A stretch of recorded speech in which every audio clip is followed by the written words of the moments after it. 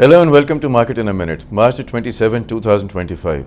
Another very interesting and instructive day in the market, so lots to unpack.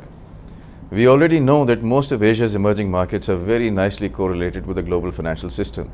So it's not really surprising to see them struggling as a certain Donald Trump's deadline for global reciprocal tariffs draws near. Today, for example, Hong Kong and India registered marginal gains, while Japan, Korea and Australia struggled.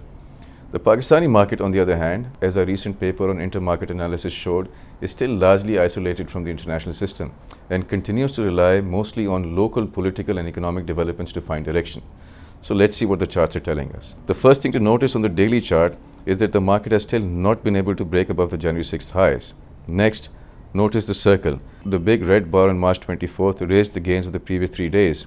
Yet the next day, when the market celebrated the successful completion of IMF talks and the staff level agreement and jumped more than 1100 points, the daily bar was still in red, and the gains owed only to the big gap up at the opening. The next day, which was today, even though the market registered a 34-point jump, the daily candle was still red, again because of the gap at the opening. More importantly, notice how the two spinning tops over the last 2 days perfectly respected the uptrend line, which is in black. Now, while Wakafian traders will point at the March 20th and 21st high, which penetrated above the resistance line as an effort to mop up liquidity for a possible move down, the internal dynamics of the market tell a different story. For example, notice the blue line, which shows higher highs and high lows within the narrow trading range, and especially the duration of the highs being increasingly bigger than the duration of the lows, shows that momentum might be building for a possible move up.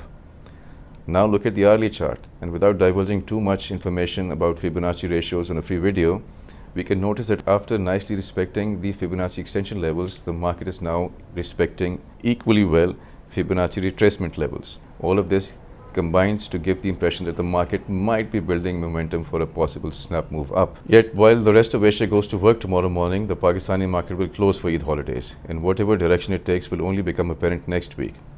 We'll come back watching very carefully, so stay with us, and meantime, Eid Mubarak.